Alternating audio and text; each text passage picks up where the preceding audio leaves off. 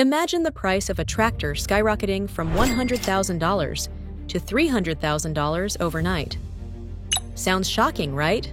Well, that's the kind of impact we might see as John Deere makes a controversial move that's left farmers and politicians alike furious. With a 200% tariff threat from former President Trump looming over any John Deere products made outside the U.S., the farming giant's decision to shift production to Mexico has sent shockwaves through the industry. So what led John Deere to this decision? And what could it mean for American farmers and agriculture as a whole? Let's dive in.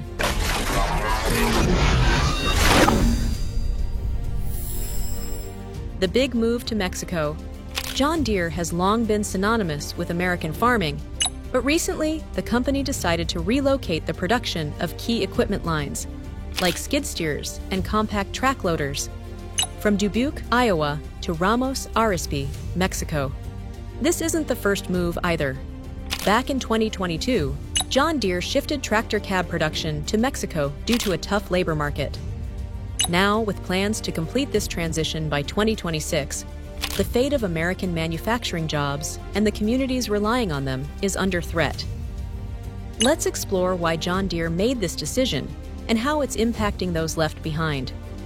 At the core of this move is a staggering labor cost gap. While U.S. production managers can make over $56 an hour, their counterparts in Mexico earn just $4.50 per hour. This wage gap is driving John Deere's relocation to cut manufacturing costs and boost profits. But it comes at a significant cost to American jobs. Since September 2023, the company has laid off over 2,888 workers in Iowa and Illinois, citing a 20% drop in demand and broader economic challenges.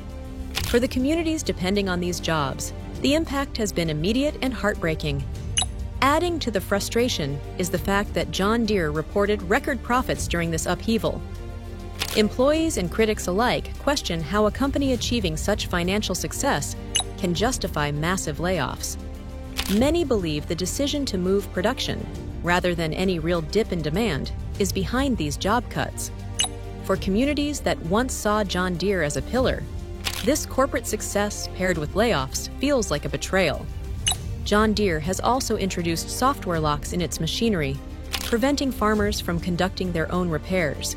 This move forces farmers to rely solely on authorized John Deere dealers for maintenance, stripping away the independence they once had. Critics argue that these software locks are a way for John Deere to monopolize repair services, increasing costs for farmers who now face inflated dealer pricing and long wait times for authorized technicians, often during critical farming seasons. This dependency on costly repairs leaves many farmers questioning whether John Deere values profits over customer trust and accessibility. John Deere's decision to shift production has not gone unnoticed in the political arena. Former President Donald Trump recently threatened to impose a 200% tariff on any John Deere products made outside the U.S., warning that if production moves south of the border, the company could face devastating financial repercussions. I'm just notifying John Deere right now. If you do that, we're putting a 200% tariff on everything that you want to sell into the United States. This bold move aligns with Trump's America First agenda, prioritizing American jobs and industries. If implemented, the tariff could push tractor prices from $100,000 to an astounding $300,000, sending shockwaves through the agricultural sector. Senator Elizabeth Warren's right to repair push. Senator Elizabeth Warren has also been vocal, criticizing John Deere for its stance against the right to repair movement. She argues that the company's restrictive repair policies undermine farmers' independence and may even violate the Clean Air Act by blocking necessary repairs on emission systems. Warren's criticism resonates with farmers who feel increasingly helpless against large corporations, viewing the right to repair as essential to maintaining their autonomy and managing costs. The farmers' battle for repair rights. Across the U.S., the right to repair movement is gaining momentum, fueled by John Deere's restrictive policies. Farmers, frustrated by software locks and inflated repair costs, are taking their fight to courts and legislatures. In some cases, they're even hacking their own tractors to bypass John Deere's locks.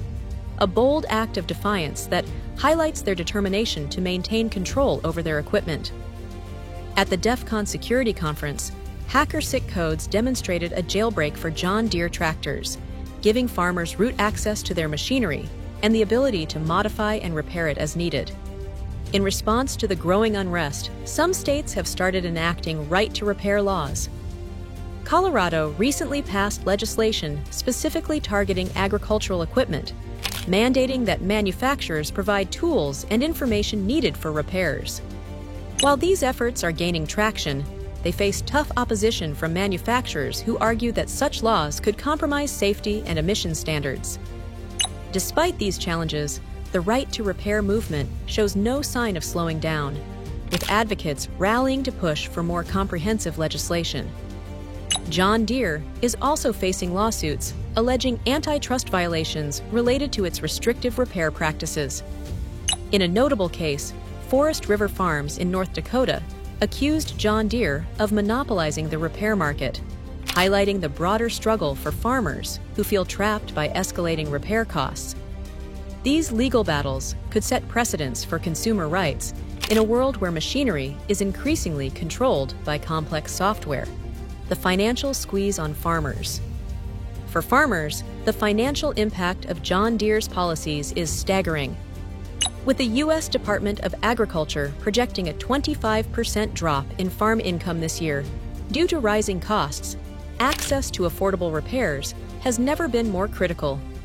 Small farms, already struggling with thin profit margins, face existential challenges that could lead to further consolidation in the agriculture industry.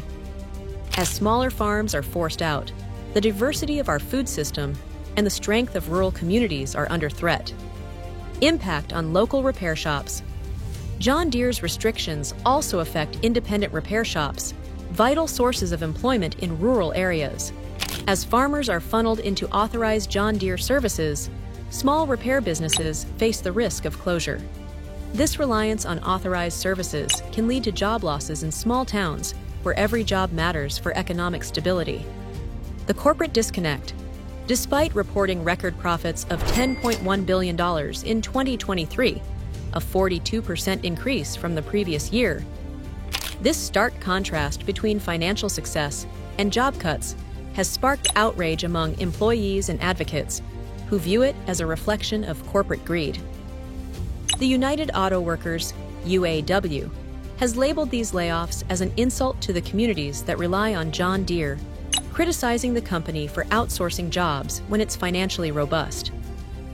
Adding to the controversy is the CEO's compensation. John Deere CEO John May received $26.7 million in 2023, up from $20.3 million the previous year.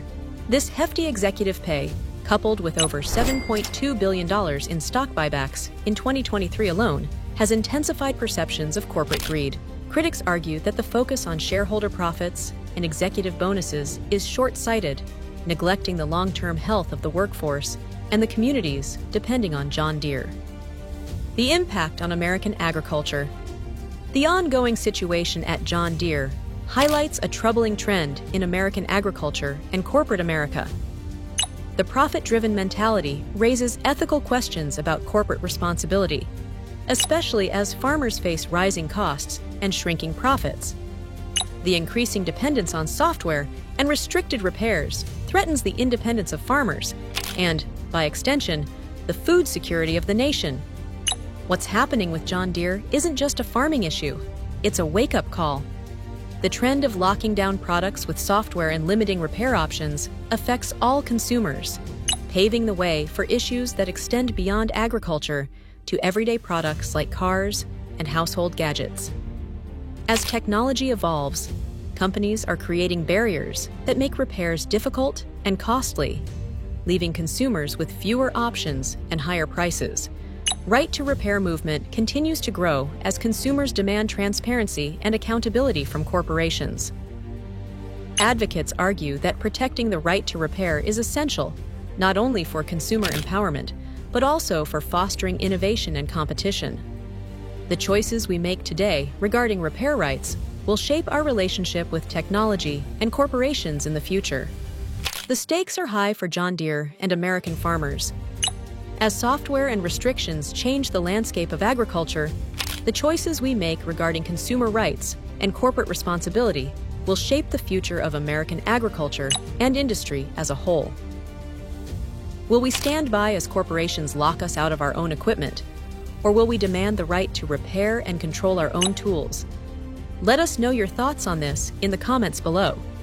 If you found this video informative, don't forget to like, subscribe, and hit the bell icon for more insights on the latest issues shaping industries and communities. Thanks for watching, and we'll see you in the next video.